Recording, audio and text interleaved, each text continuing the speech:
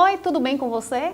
Estou de volta com mais uma edição do programa Entre Linhas, falando de temas relevantes para aumentar o seu conhecimento pessoal e profissional. A produção é do Núcleo de Marketing Institucional da FASB. A direção é de José Carlos Silva. Estou recebendo no programa de hoje o palestrante e escritor, psicólogo clínico, mestre em saúde coletiva e doutor em psicanálise, Rossandro Klingen, que foi palestrante no 16º Congresso de Iniciação Científica aqui da FASB. E para esta edição, Rossandro veio falar sobre família, pais e filhos. Seja bem-vindo ao nosso programa, Rossandro. Prazer estar aqui. Rossandro, para começar a nossa entrevista, eu queria que você falasse quem é Rossandro Klingen. Eita, essa é uma pergunta chata de ser feita, né? Quem é você por você mesmo? Uhum. Não, sou psicólogo, né? Dei aula durante 10 anos, atendi durante 20 anos e comecei a fazer alguns vídeos na internet e a gente nunca imagina o poder que isso tem, né? Então a repercussão foi maior do que eu imaginava e isso terminou mudando toda a minha história de vida. Hoje eu faço... eu parto do programa da Fátima Bernardes, lá, como consultor na área de comportamento humano. Tenho colunas em várias rádios do Brasil todo, no CBN. E faço palestras, passo 26 dias do mês viajando, né? Um dos motivos que eu justamente estou aqui para isso. Então digamos, é um novo momento, contribuir de um outro modo. Digamos que eu aumentei minha sala de aula e o consultório só. Mas continuo sendo professor e psicólogo. Rossandro, para começarmos a nossa entrevista, só falando sobre o tema família, pais e filhos, eu gostaria que você falasse para nós qual o poder da autoridade dos pais para exercer influência nos filhos. Muito grande. Na verdade, a gente percebe hoje que, comparando a geração anterior da atual, comparando a geração que nasceu ali pelos 60, 70 e a que vem de 90 para cá, os pais começaram a perder a autoridade por identificar como se fosse autoridade e autoritarismo ser a mesma coisa. Talvez porque a gente vivia numa sociedade militar, com uma sociedade que a gente não tinha democracia, e tudo que a gente tinha ideia de autoritarismo, a gente coligou com a ideia de autoridade. E essa perda de autoridade por parte dos pais gerou um conjunto de transtornos na família, porque as crianças, elas nascem com necessidade de referências. Então os pais, e cuidadores, qualquer pessoa que faça esse papel, seja uma avó, uma tia, que hoje em dia a gente sabe que tem várias configurações de família, né? Famílias monoparentais, só tem uma pessoa criando os filhos. Então, quando você perdeu a autoridade, você deixou de entregar para a criança um modelo de formatação psicológica que ela vai pegar para usar como exemplo e desenvolver, por aquele que cuida, uma coisa essencial para que o amor venha depois, que é o respeito. Então, você só ama quem você respeita e você só respeita quem você vê como autoridade. E isso não tem a ver com autoritarismo. É, porque tem muitos pais assim que, eu vou criar meu filho da minha forma como eu fui criado com meu pai. Meu pai era bruto, era rígido, era assim. Então, assim, essa forma, quando fala de bruto, que filho tem que ter palmada, filho a gente não pode dar sorriso pro filho. Essa forma é certa? Não, é os dois extremos, né? Nós temos aqui, eu vou ser muito brabo ou eu vou ser muito leniente, ou seja, eu vou muito permissivo. Então, a educação do passado, os pais não eram nem ruins, nem eles apenas reproduziram aquilo que eles receberam. Era muito mais duro, especialmente em regiões do interior do Nordeste, como a nossa, né? Então, a gente sabe que havia muito mais rigidez, havia pouco acesso a escolas, então não tinha acesso à psicologia, a entender sobre o comportamento de criança. Então, assim, se você foi criado com muita rigidez, você nem deve repetir essa educação, nem deve zerar ela, no sentido de que não fazer o totalmente oposto. Porque é o outro exagero. Então, não, eu fui criado por pais muito rígidos, sou traumatizado, meus filhos vão ser criados completamente diferentes. Aí você vai para o extremo oposto. Você cria filhos sem regra nenhuma, sem ordem nenhuma, sem disciplina. Então, o que a gente tem que fazer? Você tem que pensar assim, se a educação que você recebeu dos seus pais fosse tão deficitária, você não estava nem com filho, você não estava nem pagando escola, você não estava nem educando sua família, não estava nem pagando suas contas. Então, é uma educação que pode ter tido defeitos, como todas têm, a sua também vai ter, mas você conseguiu resultados. Então, você pode pegar isso que você teve da sua família e aprimorar. Entende? Coisas que você sentia que não estava funcionando, você corrige, mas não tira tudo que você tinha do passado, porque certamente muita coisa funcionou. Porque às vezes assim, por exemplo, tem 3 filhos, aí cada um tem uma personalidade diferente. Um você consegue conversar, ele consegue obedecer, né? Já tem o outro que tem uma personalidade mais forte. Então assim, como eu devo conciliar a personalidade de um que é diferente do outro que eu consigo... A primeira coisa é exatamente essa, entender que as pessoas são diferentes. E você não pode querer que um filho seja igual ao outro. Isso já gera uma violência, por exemplo. Eu tenho um filho que gosta mais de estudar do que o outro. Aí você fica impondo aos outros que seja igual àquele. E às vezes o que gosta de estudar é mais egoísta e o que não gosta de estudar é mais solidário. E você valoriza só uma coisa. Então você tem que saber entender que existe na casa uma diversidade e que os filhos eles têm formas de reagir à norma de forma diferentes. Então tem filhos que basta uma conversa que vão obedecer e tem outros que você vai ter que ser mais enfático. Nunca é necessária agressão, porque na verdade quando você respeita uma pessoa você não precisa temê-la. Respeito e temor não têm uma mesma relação. Eu sei que tem pais que acham que tem que ser temidos, não é uma coisa que eu acredito que do ponto de vista emocional funcione. Mas o respeito, ele por si só, já gera isso. Só que tem filhos que você vai ter que ter um pouco mais de paciência para que eles entendam quais são as normas e que eles possam viver sobre essas normas até um ponto que eles tenham maturidade para dizer assim, eu quero fazer diferente. Beleza, você vai fazer diferente quando você tiver sua casa, sua família, pagar suas contas. Enquanto você estiver na minha casa, isso é importante que os pais entendam. Enquanto a criança, o adolescente, o jovem, o adulto depende dos pais, a regra tem que ser desses pais. Inclusive isso é importante porque até para o filho sentir vontade de sair de casa e casar, ele tem que sentir o desconforto de entender que chega um momento que ele quer fazer do jeito dele, mas a casa é dos pais. Então ele, eu quero fazer do meu jeito. Que bom, meu filho, você vai, estuda, você trabalha, você constitui família, ou você vai morar só, pagando suas contas, você faz do seu jeito. Hoje em dia a gente tem pessoas com 40, 30 anos morando em casa, porque a casa não é dos pais, é dele, e os pais servem a ele. A gente tem aposentados que sustentam filhos, que sustentam os filhos e os netos dos filhos, porque não tornaram esses filhos capazes de manter a própria existência. Isso é fundamental. Verdade. Rossandro, qual o limite entre autoridade e autoritarismo na relação entre pai e filho? Sempre que você precisar ser violento, você está sendo autoritário.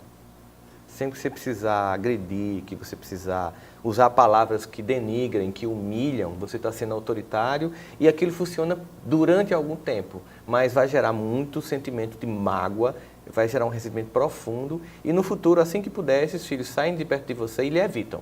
Então você vai ficar só. A autoridade não necessita disso.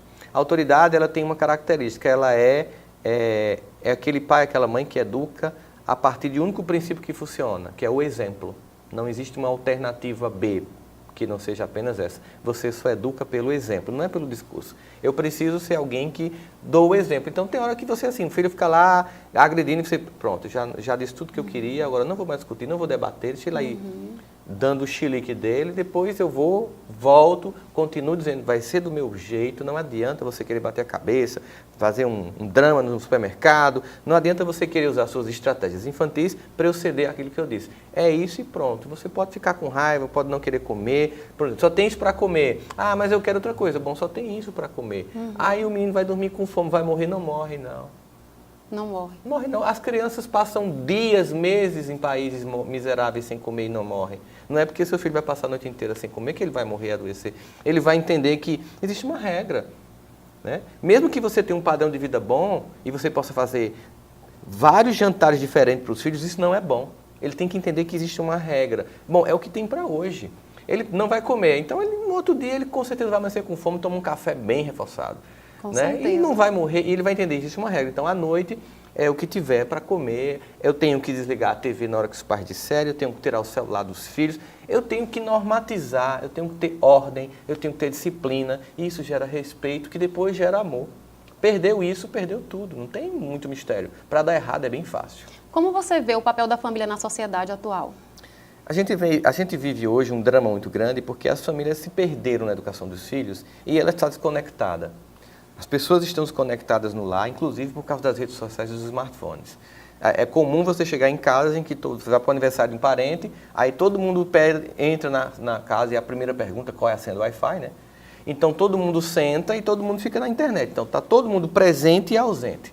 Isso tem gerado o aumento da carência. De 10 anos para cá, com a criação de smartphones e redes sociais nas mãos. Existem várias pesquisas que evidenciam isso. Não dizendo que existe uma relação de causa e efeito, mas aí eu vou dar os dados e você em casa conclui.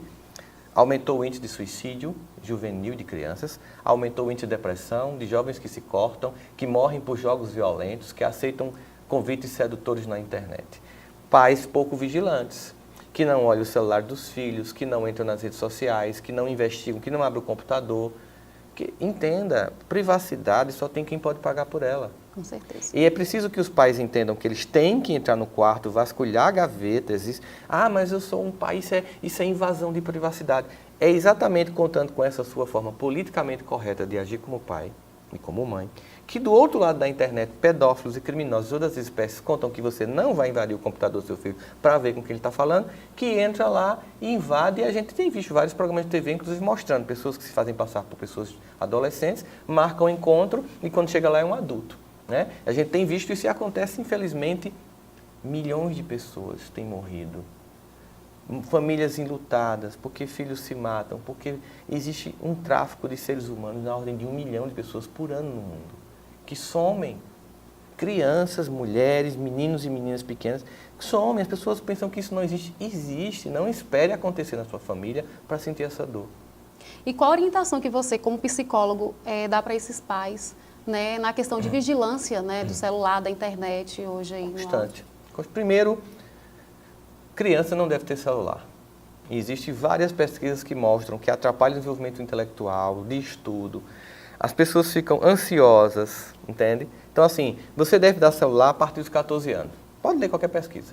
E mesmo esse celular, você deve dar com controle. Foi surpreendente quando o Steve Jobs lançou o iPad e um repórter perguntou: seu filho gosta do iPad? Ele disse: eu não deixo meu filho usar essas tecnologias. Bill Gates, criador da Microsoft: seus filhos têm celular só depois dos 14 anos. E aí o repórter perguntou no The Independent da Inglaterra, isso em julho do ano passado, 2017. Perguntou no The Independent, jornal inglês. E quando eles dizem, eles ficam chateados, ficam muito chateados. Eles dizem o quê? É um mantra, né? Qual é o mantra da gente quando a gente quer uma coisa que o pai não dá e a mãe não dá? Mas pai, mas mãe, todo mundo tem, não é? Qual era a resposta mantra também dos pais do passado? Eu não sou pai nem mãe de todo mundo. Então, pode ser assim na casa do seu primo, do vizinho, do seu coleguinha, mas aqui não é assim, ponto. Não tem discussão. É regra, não é para ser discutida, é para ser aceita, acatada. Então, você dá o celular quando ele é um adolescente. E você, por exemplo, não deixa ele dormir com o celular, porque se você deixar um adolescente com o celular no quarto, ele não vai dormir. Ele vai ficar conversando, é normal. Aí ele amanhece o dia com sono, não consegue render na escola. Você leva seu filho para a escola com o smartphone. Você acha que quando o professor está dando aula sobre o futuro do pretérito imperfeito, que vamos combinar, não é uma coisa muito interessante para muita gente, ou trigonometria, cosseno e cotangente, o professor está lá dando uma aula. Aí o que ele faz com o celular? Ele olha. Então você pagou escola, você pagou professor de reforço, pagou curso de língua. Outro detalhe, aí o menino vai acessar o celular à noite antes de dormir. Isso não vale só para crianças e adolescentes, para adultos também. Antes de dormir, quando você vê o celular, você inibe a produção de melatonina, que é um hormônio que tem mais de 200 funções, entre elas sono. Você perde metade do conteúdo que você aprendeu no dia. Porque como você não vai dormir bem, você não vai arquivar o conteúdo aprendido. Então, se você pagou a escola, pagou o professor de reforço, pagou em inglês, deixou o menino dormir com o celular à noite, perdeu 50% do seu dinheiro. Isso é escolha. Vai ficar chateado? Claro que vai. É claro que vai. Mas entenda, você está fazendo algo com amor. Você está fazendo algo que você sabe que tem uma repercussão. Eu estou te tirando de uma coisa prazerosa para que você faça aquilo que é essencial, que é estudar. Depois você faz do seu jeito. Isso é essencial nas famílias. Rossandro, a família é o primeiro espaço de socialização e independência da criança? Com certeza.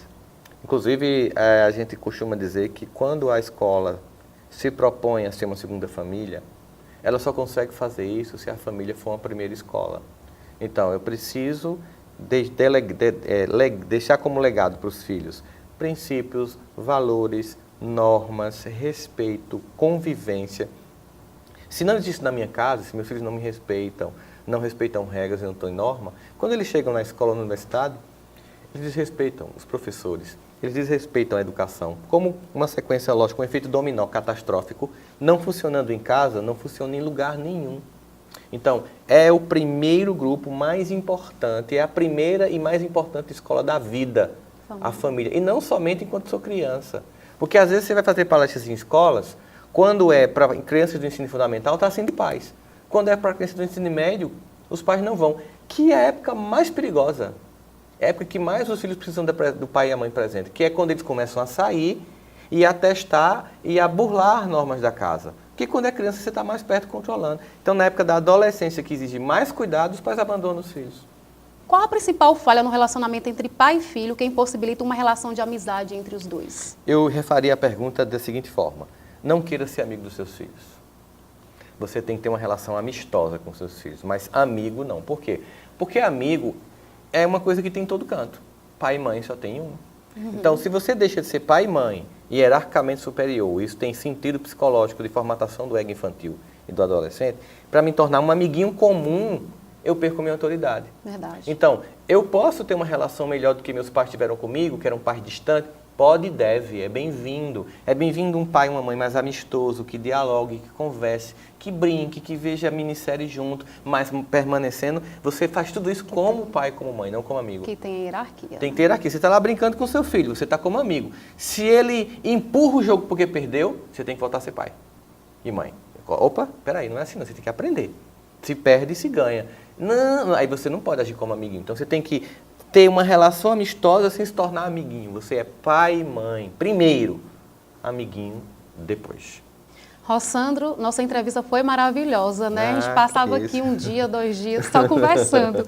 Então foi um prazer recebê-lo aqui em Prazer nosso todo programa, meu. né? Espero você vir aqui em outras oportunidades em Barreiras. Será um prazer. Participar aqui com a gente, alguma outra palestra, tá bom? Com certeza. Seja bem-vindo sempre. Eu que agradeço, obrigado. E o programa Entre Linhas está terminando. No programa conversamos com o psicólogo, escritor e palestrante do 16º Congresso de Iniciação Científica da FASB, Rossandro Klingen, que falou sobre família, pais e filhos. Então é isso. Ficamos por aqui e esperamos você no próximo programa. Um abraço e até logo.